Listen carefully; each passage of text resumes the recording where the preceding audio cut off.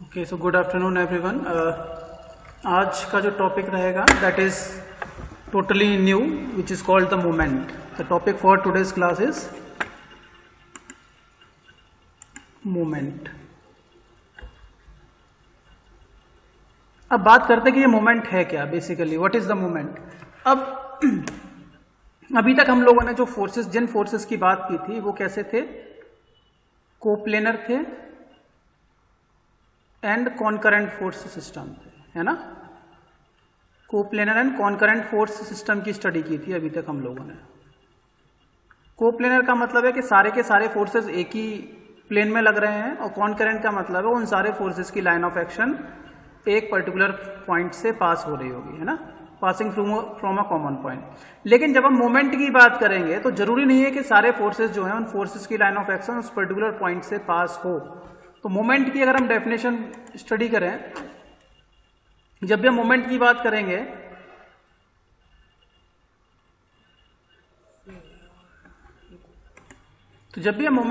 करेंगे तो मैंने आप लोगों को हालांकि क्लास में बता दिया है मोमेंट क्या होता है। अगर हम डेफिनेशन की बात करेंगे तो moment of a force about a point is defined as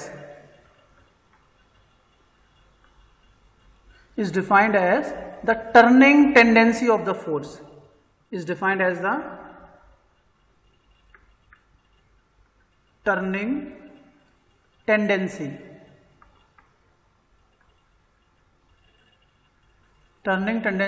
of a force about that point,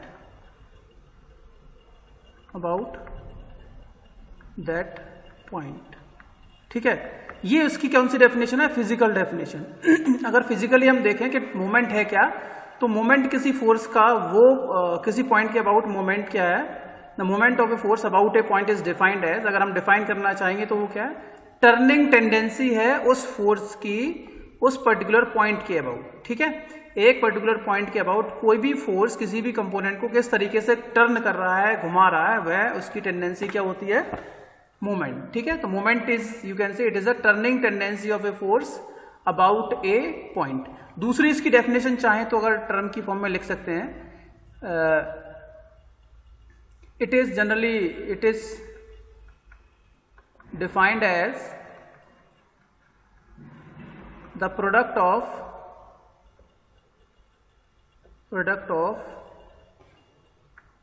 the force and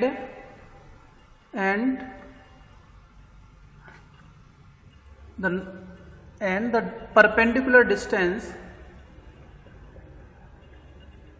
perpendicular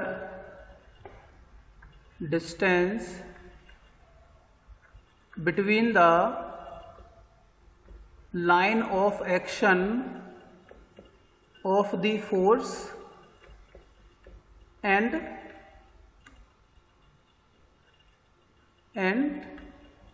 the point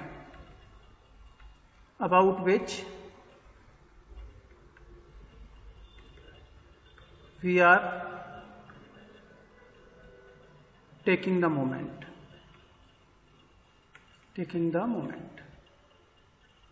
ठीक है। पहली बात तो हमने ये देखी कि मोमेंट क्या है, एक टर्निंग टेंडेंसी है। मोमेंट क्या है, एक टर्निंग टेंडेंसी है।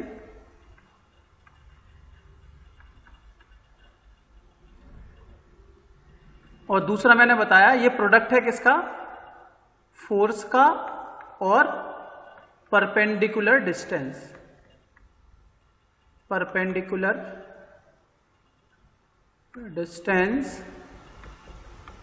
between the point and the line of action of the force।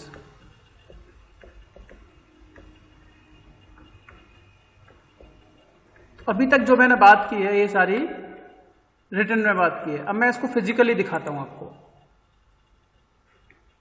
मैंने मान लिया कि मेरे पास ये कोई बॉडी है, ठीक है, और मैंने क्या किया, यहां पर एक पॉइंट ले लिया, कोई पॉइंट मान लिया O।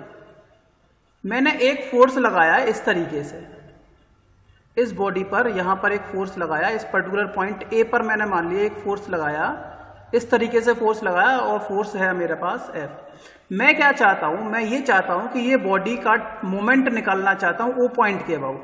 मतलब क्या हुआ, अगर मैं इस पर्टिकुलर बॉडी को यहां पर पिन अप करता हूं, यहां पर क्या करता हूं, पिन अप करता हूं, पिन लगा दी मैंने यहां पर एक, इस पर मैंने पिन अप कर दिया। पिन अप करूंगा तो क्या होगा, जैसे ही मैं ये फोर्स लगाऊंगा तो ये बॉडी क्या होगी, इस तरीके से टर्न होगी कि नहीं होगी, बताओ, बोलो। आप क्या करो, होगी। आप क्या करो, अपना मोबाइल या कोई भी पेज लो, उसके किसी एक पॉइंट पर अपनी उंगली रख दो और दूसरे पॉइंट पर उसको घुमाओ, एक फोर्स लगाओ इस तरीके से जैसे मैंने लगाया है। तो होगा क्या कि आपका जो मोबाइल होगा वो टर्न होना स्टार्ट होगा कि नहीं होगा, उस पॉइंट के अबाउट जिस पॉइंट पर हमने इसको पिनअप किया है, हुआ कि नहीं। यही टेंडेंसी आपका हो गया, यही टेंडेंसी आपकी मोमेंट होती है, यही टेंडेंसी क्या होती है आपकी, मोमेंट होती है। अब अगर मैं इसकी डेफिनेशन, अगर मैं मैथमेटिकल एक्सप्रेशन लिखूं तो मोमेंट जो होता है, मोमेंट क्या होता है, इसको हम m से रिप्रेजेंट करेंगे।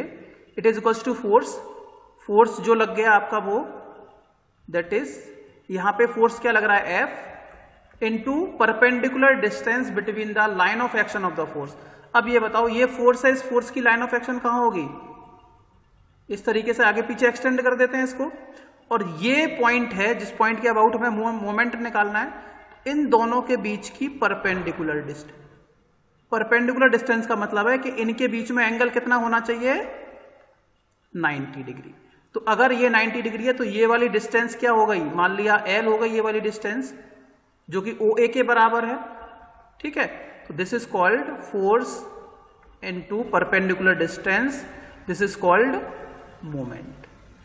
तो मोमेंट क्या शो करता है, उस फोर्स की उस पर्टिकुलर पॉइंट के अबाउट उस बॉडी की टर्निंग टेंडेंसी को शो करता है, ठीक है। चलिए, ये समझ में आ गया कि ये टर्निंग टेंडेंसी को शो करता है और मोमेंट की डेफिनेशन पता चल गई, फोर्स इनटू परपेंडिकुलर डिस्टेंस। ये क्लियर है आप लोगों को, यस,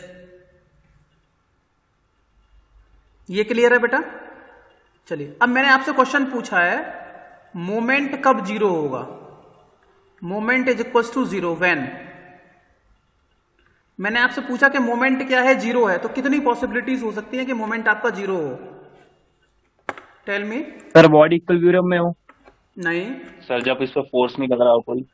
हाँ बिल्कुल, कौन बोला, मैंने बोला कंडीशन क्या है, मोमेंट कैसा होना चाहिए, जीरो होना चाहिए। तो अभी किसी ने बताया कि सर फोर्स जीरो होना चाहिए, बिल्कुल सही बात है। और कौन, और कोई बताओ, फोर्स जीरो होना चाहिए, और कोई बताओ दूसरा। सर उनके बीच में डिस्टेंस नहीं होगा, बिल्कुल तो मोमेंट नहीं होगा, डिस्टेंस, गुड, डिस्टेंस उनके बीच की जीरो होनी चाहिए। मतलब ये हो गया कि अगर मैं बात करूं इस वाले डायग्राम में, इसका मोमेंट जीरो कब हो जाएगा, ये फॉर्मूला क्या बोलता है, अभी आपने फॉर्मूला मैंने बताया, एफ जो मोमेंट जो एम होता है वो क्या होता है, force into distance, perpendicular distance मान लिया ये एल है अभी, ठीक है। अगर फोर्स जीरो हो गया तो एम जीरो हो जाएगा, या एल जीरो हो जाए तब भी आपका ये जीरो हो जाएगा। मतलब क्या हुआ, एल जीरो होने का मतलब ये हो गया कि आपका फोर्स उसी पॉइंट पर एक्ट कर रहा है जिस पॉइंट के अबाउट आपकी बॉडी रोटेट करना चाह रही है। ये वाला फोर्स कहां लग रहा है, यहीं पर लग रहा है। ऐसी कंडीशन में मोमेंट क्या हो जाएगा, जीरो हो जाएगा। समझ में आ गया, ठीक है। तो या तो फोर्स कोई भी नहीं लग रहा हो तो जीरो हो सकता है मोमेंट, या उस वो जो पर्टिकुलर आपका फोर्स होगा वो उस पॉइंट से पास हो रहा हो जिस पॉइंट के अबाउट आप मोमेंट लेना चाहते हो, तो उसका मोमेंट जीरो हो जाएगा, ठीक है। चलिए, अब जिस पॉइंट के अबाउट हम मोमेंट लेते हैं ना, जिस पॉइंट के अबाउट हम मोमेंट लेते हैं उस पॉइंट को बोलते हैं मोमेंट सेंटर। क्या बोलते हैं, मोमेंट सेंटर, या तो मोमेंट सेंटर बोलते हैं या ये मोमेंट सेंटर बोलते हैं, ठीक है। This is called the point about which we are calculating the moment is called moment centre. और जो डिस्टेंस होती है ना, यहां से यहां तक की डिस्टेंस जो होती है, ठीक है, लेंथ जो होती है, जो डिस्टेंस होती है, उसको बोलते हैं मोमेंट आर्म। क्या बोलते हैं इसको, तो ये जो एल दिख रहा है आपको, इसको हम बोलते हैं मोमेंट आर्म, मोमेंट आर्म, ठीक है, या आर्म ऑफ द फोर्स बोल सकते हैं, आर्म ऑफ द फोर्स, इसको फोर्स की आर्म बोल सकते हैं या आर्म मोमेंट आर्म बोल सकते हैं। समझ में आ गया चीजें? यस, बोलिए, समझ में आ गया ना मोमेंट? यस सर, आ गया। चलिए, अच्छा ये जो मोमेंट कहां पर एक्ट करता है? यस, मोमेंट कैसा हो सकता है? मोमेंट का जो डायरेक्शन होती है कैसी होती है? अगर देखा जाए तो ये एक प्लेन है कि नहीं? इस प्लेन में क्या है? एल भी है और एफ भी है। एफ ऐसे काम कर रहा है, एल ऐसे काम कर रहा है। तो जिस पॉइंट के अबाउट हम टर्न करते हैं उससे 90 डिग्री पे बनता है, मतलब इस सरफेस से बाहर की ओर निकला हुआ, इस सरफेस से बाहर की ओर एक्ट करता हुआ आपका मोमेंट वैसे काम करता है, ठीक है। लेकिन जनरली हम इसमें क्लॉकवाइज और एंटी क्लॉकवाइज सेंस लेते हैं। क्या लेते हैं? क्लॉकवाइज एंड एंटी क्लॉकवाइज, ठीक है। चलिए, तो आपका मोमेंट कैसा हो सकता है इस वाले केस में बताओ। ये मोमेंट कैसा है? ये मोमेंट कैसा है, किस नेचर का है? Tell me. क्वेश्चन समझ पा रहे हो मैं क्या बोलने वाला हूं?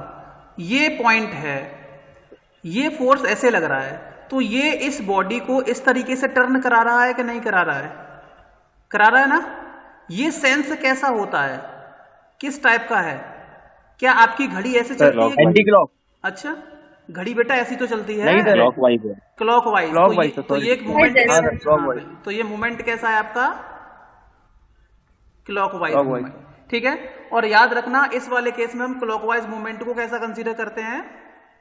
पॉजिटिव। और अगर ये फोर्स ऊपर की ओर लगा होता तो नेगेटिव। सर एंटी क्लॉक और नेगेटिव, एंटी क्लॉकवाइज हो जाता। तो आपका जो एंटी क्लॉकवाइज मूवमेंट होगा उसको हम क्या ले लेते हैं?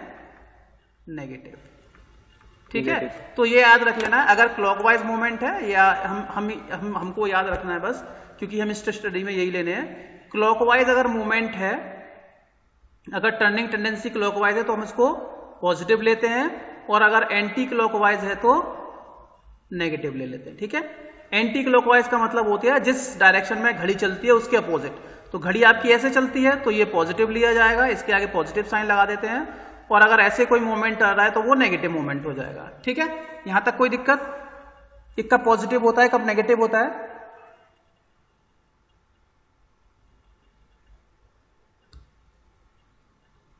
चलिए, अब ये तो सिंपल बात हो गई। अब हम बात करते हैं अगला।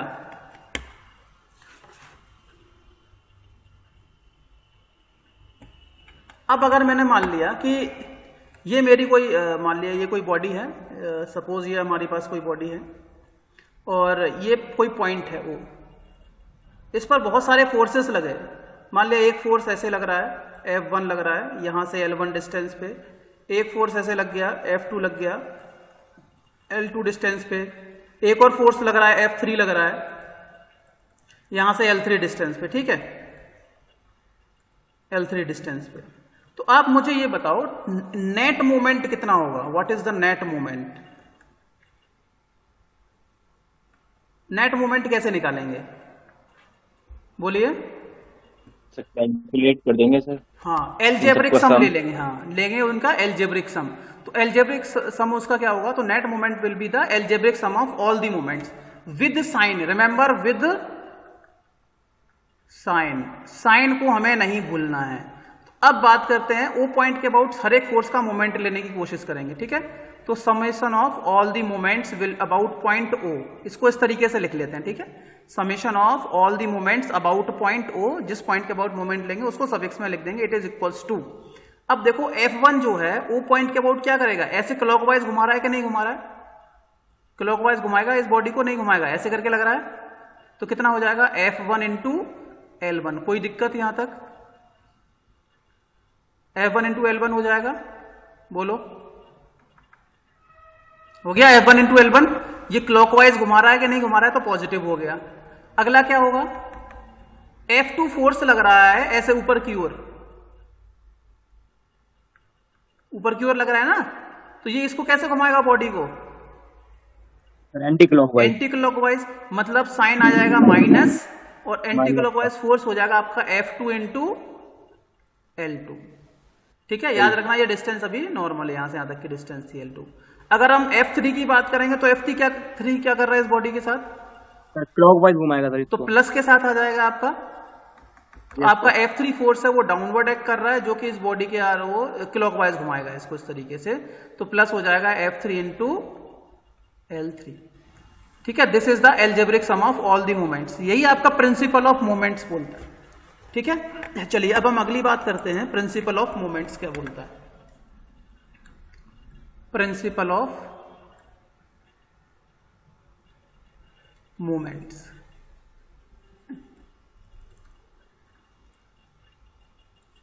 प्रिंसिपल ऑफ मोमेंट ये बोलता है कि अगर एक बॉडी है, उस बॉडी पर बहुत सारे कोप्लेनर फोर्सेस लगे हैं और ये बॉडी आपकी अगर इक्विलिब्रियम में है, तो सारे फोर्सेस का moment about a particular point will be zero.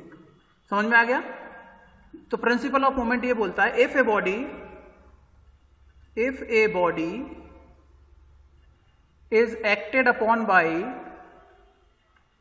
is acted upon by a number of coplanar forces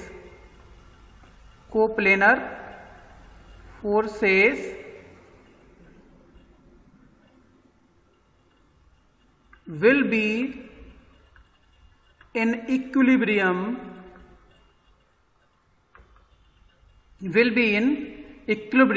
if the algebraic sum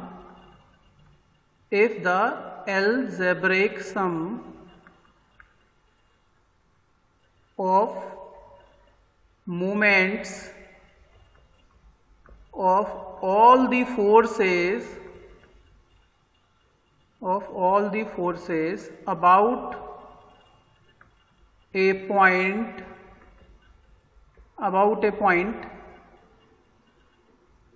in the plane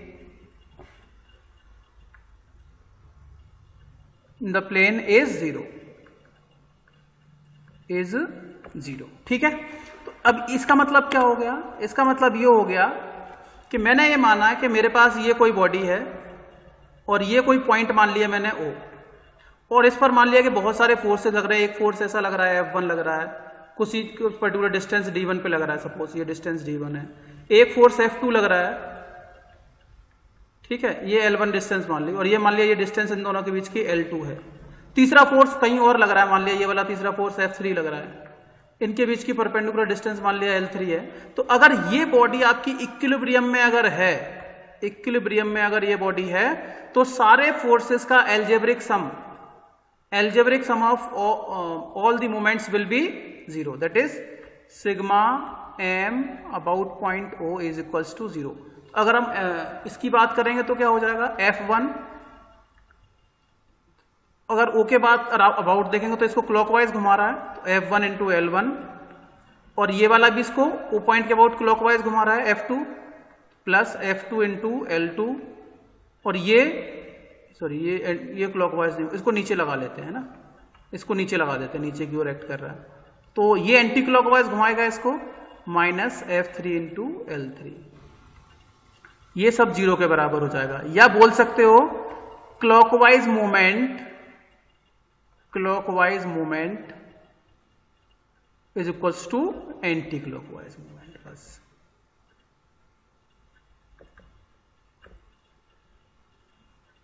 ठीक है, this is called the principle of moments. Principle of moment में ये बोला है अगर कोई body पर coplanar forces लग रहे हैं और अगर बॉडी इक्विलिब्रियम में है, तो सारे फोर्सेस के मोमेंट्स का सम किसी एक पॉइंट के अबाउट जो होगा वो कैसा हो जाएगा? जीरो हो जाएगा।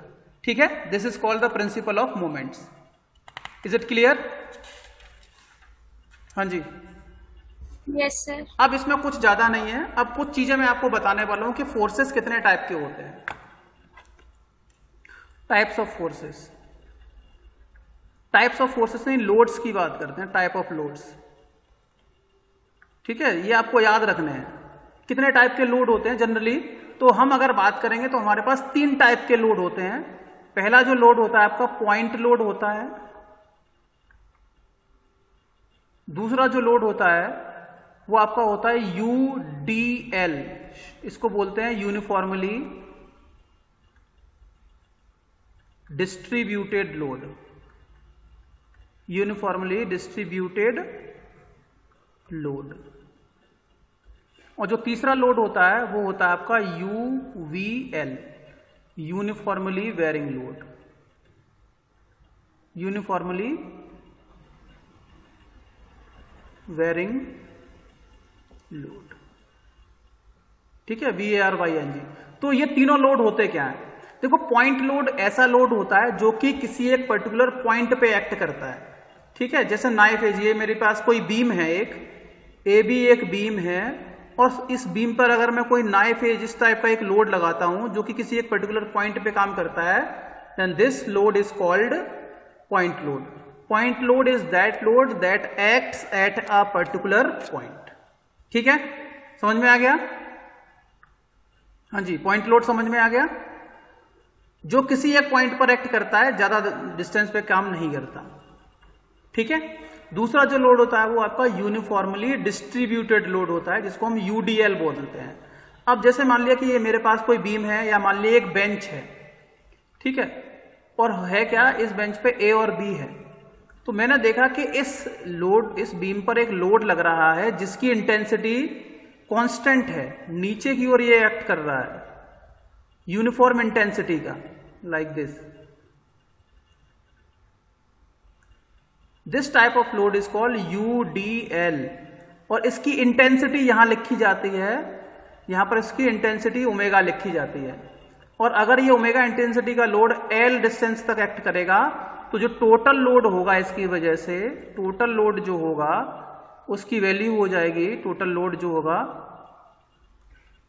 वो हो जाएगा इसकी इंटेंसिटी, दैट इज ओमेगा, और कितने डिस्टेंस तक लग रहा है, ठीक है, ठीक है। UDL क्या होता है? एक तरीके से एक ऐसा लोड होता है जिसकी इंटेंसिटी किसी भी पर्टिकुलर दो पॉइंट के बीच में कैसी रहेगी, कांस्टेंट रहेगी। या आप बोल सकते हो वो जो फोर्स है, force of constant intensity per unit length, ठीक है, force of constant intensity per unit length. जैसे मैंने बोल दिया कि ये बेंच है, एक बेंच पे मैंने किताब रख दी, ये एक बुक थी,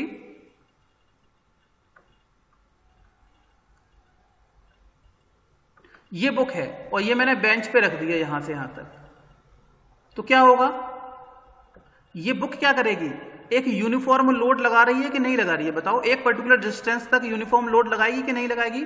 क्या इसकी इंटेंसिटी चेंज हो रही है क्या कहीं पे? बोलिए, हाँ जी बोलो। UDL समझ में आ गया कि नहीं आ गया? UDL एक ऐसा लोड होता है जिसकी intensity over a length remains constant, ठीक है। जैसे मैंने बोल दिया, इंटेंसिटी की जगह मैंने बोल दिया कि एक UDL लगा है जिसकी इंटेंसिटी है 10 न्यूटन पर मिनट। कितनी है? 10 न्यूटन पर मिनट, और ये 2 मीटर लेंथ तक लग रहा है। कितने लेंथ तक लग रहा है? 2 मीटर तक। तो इसकी टोटल लोड कैपेसिटी बताओ कितनी होगी? टोटल लोड कितना लगा रहा होगा ये बताओ? तो इसकी intensity that is 10 multiplied by कितनी लेंथ तक लग रहा है? 2। तो जो टोटल लोड ये लगाएगा ना वो 220 न्यूटन लगाएगा, ठीक है। समझ में आया? बोलो। UDL जो होता है एक यूनिफॉर्मली डिस्ट्रीब्यूटेड लोड होता है, जो कि किसी अगर कोई लोड इस तरीके से लगा है कि उस लोड की इंटेंसिटी एक पर्टिकुलर लेंथ तक कांस्टेंट रह रही है, तो ऐसे लोड को हम बोलते हैं यूनिफॉर्मली डिस्ट्रीब्यूटेड लोड, ठीक है। इसको रिप्रेजेंट करते हैं इसकी इंटेंसिटी से और कितनी लेंथ तक ये एक्ट कर रहा है, टोटल लेंथ निकालेंगे। और एग्जैक्टली जो ये एक्ट करेगा वो इसके ये 20 न्यूटन का जो लोड होगा ना, 20 न्यूटन का लोड, अगर मैं इस UDL को पॉइंट लोड में कन्वर्ट करना चाहता हूं तो उतनी लेंथ तक का, मतलब 2 मीटर लेंथ मुझे खींचनी पड़ेगी, और इसके सेंटर में लोड लगा देंगे। ये एक्ट करेगा एट द सेंटर में एक्ट करेगा। अगर 2 है तो 1 पे एक्ट करेगा, कितना लगेगा? 2 न्यूटन का। बोलो, ये समझ में आ गया? हाँ जी, नहीं आया समझ में?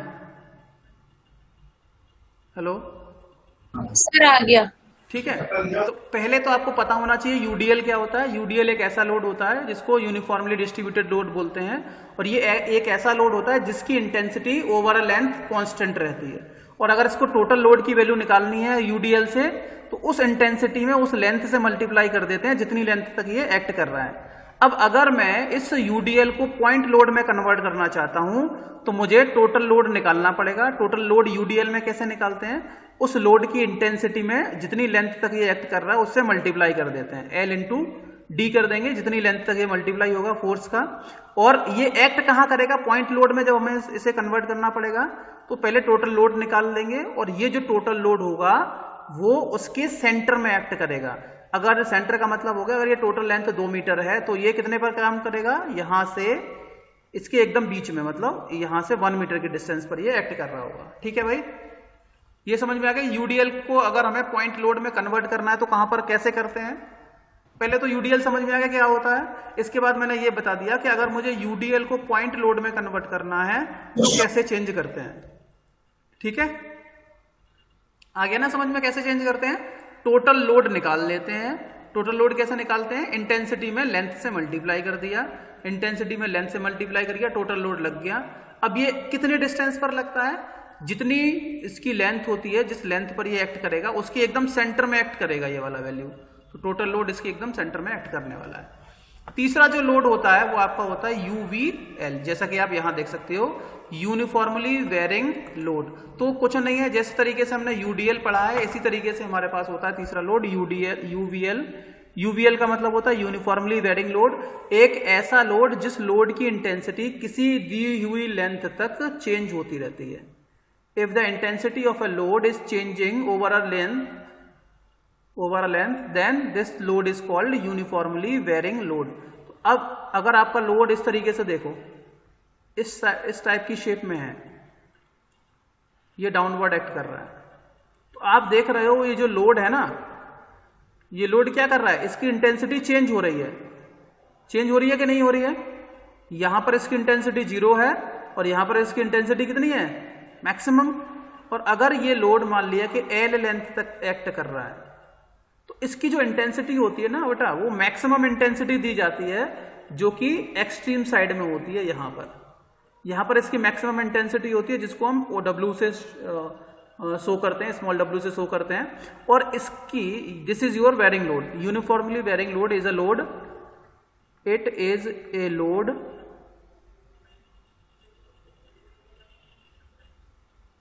whose intensity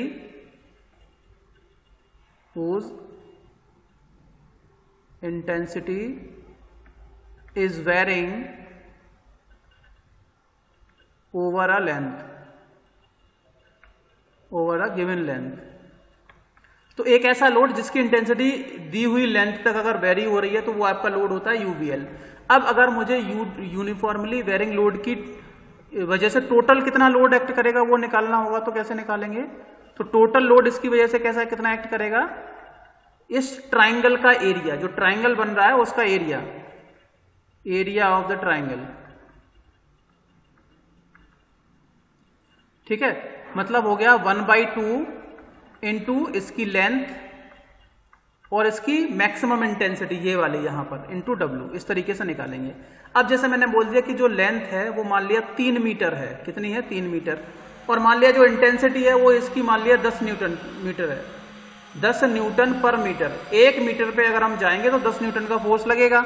तो इसका टोटल लोड कितना हो जाएगा, 1/2 इंटू लेंथ हो गई 3, इंटेंसिटी हो गई 10, तो टोटल कितना लोड लगेगा, 3 इंटू 10 30/2 है ना, 15 न्यूटन हो जाएगा। तो ये जो है एक वेरिंग लोड जिसकी इंटेंसिटी मैक्सिमम इंटेंसिटी है 10 न्यूटन पर मीटर, और जो अगर 3 मीटर तक लगेगा तो वो टोटल जो लोड लगाएगा वो 15 न्यूटन का लोड लगाएगा। अब अगर मुझे इस वाले सिस्टम को पॉइंट लोड में कन्वर्ट करना है कि भाई मैं यूवीएल को पॉइंट लोड में कन्वर्ट करना चाहता हूं, तो कन्वर्ट करने के लिए मुझे क्या करना पड़ेगा, जो लोड है 15 न्यूटन का, वो लोड कहां से एक्ट कर देता हूं, जहां पर कम हाइट होती है, यहां से अगर यहां पर हाइट कम है तो यहां से 2/3 पर एक्ट करता है, और अगर यहां से देखा जाएगा तो 1/3 पर एक्ट करता है। ठीक है, तो ये कहां पर एक्ट करता है, 2/3 फ्रॉम स्मॉल हाइट। ठीक है, तो स्मॉल हाइट कहां पर है, यहां पर है कम हाइट, तो यहां से 2/3, तो अगर टोटल लेंथ इसकी 3 मीटर है तो 2/3 3 मीटर का कितना हो जाएगा, 2 मीटर हो जाएगा। तो ये वाला लोड आपका कहां पर लगेगा, यहां से 2/3 मतलब 2 मीटर की लेंथ पे लगेगा। कितना लगेगा भाई, 15 मीटर का लोड लगेगा, 15 न्यूटन का लोड लग जाएगा। तो आपने इस यूडीएल को, यूवीएल को पॉइंट लोड में कन्वर्जन हो गया है, आपका पॉइंट लोड में कन्वर्जन हो गया। ठीक है, तो समझ में आ गया कि यूडीएल को पॉइंट लोड में कैसे कन्वर्ट करते हैं, और यूडीएल होता क्या है। सर ये नहीं है पॉइंट लोड वाला, सर एक बार दोबारा हल्का सर रिपीट कर दीजिए। हाँ देखो, पहले तो ये पता होना चाहिए कि जो अगर यूवीएल कोई लोड लगा है, वो यूवीएल लोड की टोटल इंटेंस मतलब टोटल लोड कितना होता है यूवीएल की वजह से। तो यूवीएल की वजह से टोटल जो लोड आप निकालोगे वो उस ट्राइंगल का एरिया निकाल लेते हैं। आप देख रहे हो कि यहां पर इंटेंसिटी जो है वो चेंज होती जा रही है, हो रही है कि नहीं। यहां पर इंटेंसिटी है 0 और यहां पर इंटेंसिटी है कितनी 10 है ना, या ओमेगा यहाँ पे जो डब्ल्यू माना है। तो अगर मुझे ये देखना है कि इस लोड की वजह से टोटल कितना लोड लगेगा, इस यूवीएल का टोटल लोड कितना है, इस यूवीएल की वजह से टोटल लोड कितना लग रहा है, तो इस ट्राइंगल का एरिया निकाल लेंगे। तो ट्राइंगल का एरिया क्या होता है, 1/2 इंटू बेस कितना है यहाँ से यहाँ तक का L, और हाइट, ये हाइट हो गई, ये हाइट कितनी हो गई 10 न्यूटन पर मीटर। तो यहाँ पर जो कि हमने ओमेगा माना है, तो ये ओमेगा हो गया या W हो गया। 1/2 L कितना दिया है क्वेश्चन में, L दे दिया आपका 3, तो 3 रख दिया, और इसकी इंटेंसिटी मैंने मानी है 10, तो यहाँ पर इंटेंसिटी 10 रख दी। तो ये कितना हो गया 3 × 10 30/2, 30/2 हो गया, जो कि 15 के बराबर है। मतलब ये हो गया, अगर मैं इस यूवीएल को पॉइंट लोड में कन्वर्ट करना चाहता हूं तो मुझे 15 न्यूटन का जो लोड है वो कहां पर लगाते हैं। तो वो टोटल लोड आ गया आपका 15 न्यूटन। ये तो हमने कैलकुलेट कर लिया कि इसका जो टोटल लोड लगेगा वो 15 न्यूटन के बराबर लगेगा। इस फॉर्मूले से निकाल लिया, इस फॉर्मूले से हमने लोड निकाल लिया। अब ये एक्ट कहां पर करता है, एक्ट करता है 2/3 फ्रॉम स्मॉल एंड। एक्ट कहां पे करता है, एक्ट जो करता है 2/3, 2/3 of length, 2/3 of length from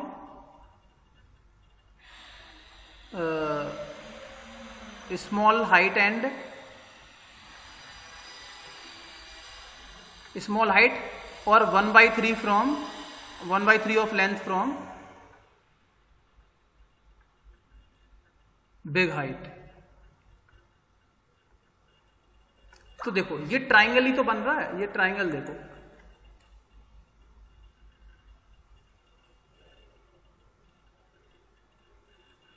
ये ऐसा ट्राइंगल बन रहा है। तो यहां पर हाइट मैक्स ज्यादा है और यहां पर हाइट कम है। तो जब कम हाइट से देखेंगे तो ये 2/3 ऑफ लेंथ का होगा, ये जो एक्ट करेगा 2/3 ऑफ लेंथ, और यहां से अगर मेजर करोगे इस वाले एंड से, बिग वाले एंड से, तो ये 1/3 ऑफ L होगा। तो अगर मैंने देखा इसकी टोटल लेंथ कितनी है 3, तो 3 का 2/3 कितना हो जाएगा 2 मीटर हो गया ना। अगर मैं यहां से डिस्टेंस मेजर करूंगा, कम हाइट से डिस्टेंस मेजर करूंगा, तो ये जो 15 न्यूटन का लोड है वो कम हाइट से 2/3 डिस्टेंस पे लगेगा। तो 2/3 कितना हो गया, 3 का 2/3 कितना हो जाएगा 2/3, कितनी डिस्टेंस का 3 का, तो 3 से 3 कट जाएगा तो 2 आ जाएगा। मतलब इस वाले एंड से ये 2 मीटर पे लगेगा, और अगर इस वाले एंड से चेक किया जाए तो 1 मीटर पे लगेगा। 1 मीटर कितना हो जाएगा 1/3 ऑफ टोटल लेंथ। तो टोटल लेंथ कितना होगा 3, 3 से 3 कटेगा तो ये 1 मीटर आ गया। तो इस बड़ी वाली हाइट से ये 1 मीटर पे लग रहा है और छोटी वाली हाइट से 2 मीटर पे। 2 मीटर कैसे निकला, 2/3 और 1/3 एक पे एक्ट करेगा। ठीक है भाई, बोलो समझ में आ गया कि नहीं। Yes sir, yes sir. चलो टाइम हो गया वैसे, यूडीएल और यूवीएल जो हो गया है ना, ये आपको लोड कितने टाइप के लोड होते हैं वो सारी चीजें पता होनी चाहिए। तो ये वाली क्लास हम यहीं फिनिश करते हैं।